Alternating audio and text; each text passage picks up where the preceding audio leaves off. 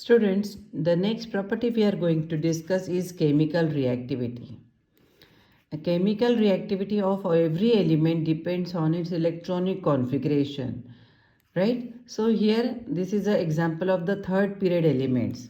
You can see here sodium having one valence electron in its outermost orbit. Magnesium has two valence electrons. Aluminium has three valence electrons in their outermost orbit. Silicon has 4 electrons, phosphorus 5, sulfur 6, chlorine 7 and argon 8. So these are the valence electrons present in the outermost orbit of these elements. Now if you see that sodium has got one electron in its outermost orbits. So sodium will have tendency to lose this one electron to get a stable electronic configuration of the nearest noble gas. So sodium has a strong tendency to lose this one electron. That's why it is very reactive. Now next is magnesium. Magnesium has two electrons in its outermost orbit. So magnesium also will try to lose these two electrons, but it will be somehow difficult to lose these two electrons as compared to sodium, which can lose its one electron very easily. So magnesium is also reactive, but it is less reactive as compared to sodium. Similar is the case with aluminium. It has got 3 electrons in its outermost orbit. So it will try to lose these 3 electrons to get a stable octet or stable electronic configuration of the nearest noble gas. But it will be somehow difficult for aluminium to lose these 3 electrons as compared to magnesium. Now silicon has got 4 electrons. So it can neither lose its electrons, 4 electrons, nor it gain its 4 electrons, because it will become otherwise very highly unstable. So it shares its electron. So it is less reactive.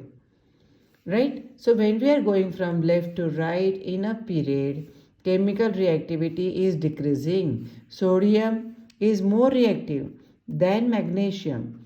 Magnesium is more reactive than aluminium. Aluminium is more reactive than silicon. So which is the most reactive metal? Sodium.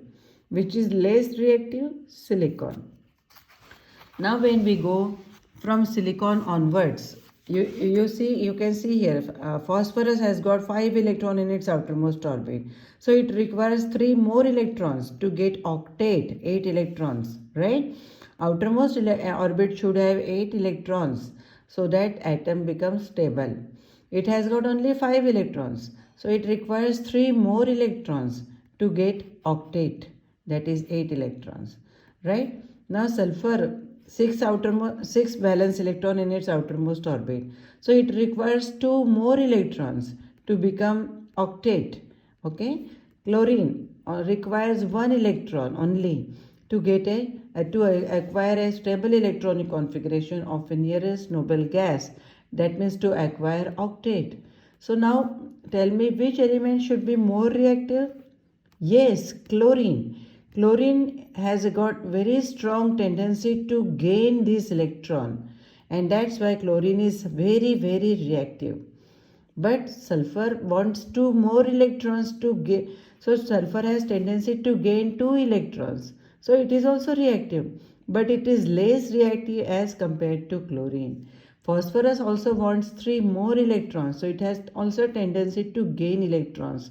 But to gain 3 electrons, it is somehow difficult. That's why phosphorus is less reactive than chlorine. So what is the order of reactivity?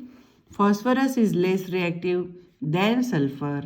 Sulfur is less reactive than chlorine. So students, you should know this order very well. Now coming in a group. Group, that means when we move down in a group from top to bottom, how the reactivity changes. So reactivity of metals in a group, that means on the left hand side all the metals are lying in group 1. So you can see here lithium, sodium, potassium. Now tell me which is more reactive? Lithium. Lithium is less reactive, potassium is more reactive. That means when we are going from top to bottom, chemical reactivity increases. Why this happen? What is the reason for this? Because we all know that lithium has a smaller size. So the chemical reactivity of the metal depends upon its tendency to lose electron. So if lithium is of small size, it will attract its electrons very tightly. So tendency to lose electrons is less here. But as we go down, atomic size is increasing, right? So if we compare, if the force of attraction between nucleus and the outermost electron is decreasing because of larger size. That's why tendency to lose electrons is also increasing. Potassium can lose its electron very easily, right, because of its larger size. That's why this tendency to lose electron is increasing when we are going from top to bottom. Due to increase in the atomic size, tendency to lose electrons is increasing. That's why potassium is more reactive than sodium. Sodium is more reactive than lithium. Now coming to the non-metals, reactivity of non-metals in a group. These are the non-metals in the group 7, fluorine, chlorine, bromine, iodine. So what happens here? Chemical reactivity decreases as we go down in a group. So what is the reason for that? The chemical reactivity of the non-metal depend on its tendency to gain electrons, right? So these all elements require one electron in their outermost orbit to become stable electronic configuration. So they have tendency to gain one electron. So fluorine is having smaller size. So it will try to gain electron very sharply, okay, because fluorine size is small, atomic size of fluorine is small, so it requires one electron, so the force of attraction to gain electron is more from the nucleus. That's why fluorine is more reactive.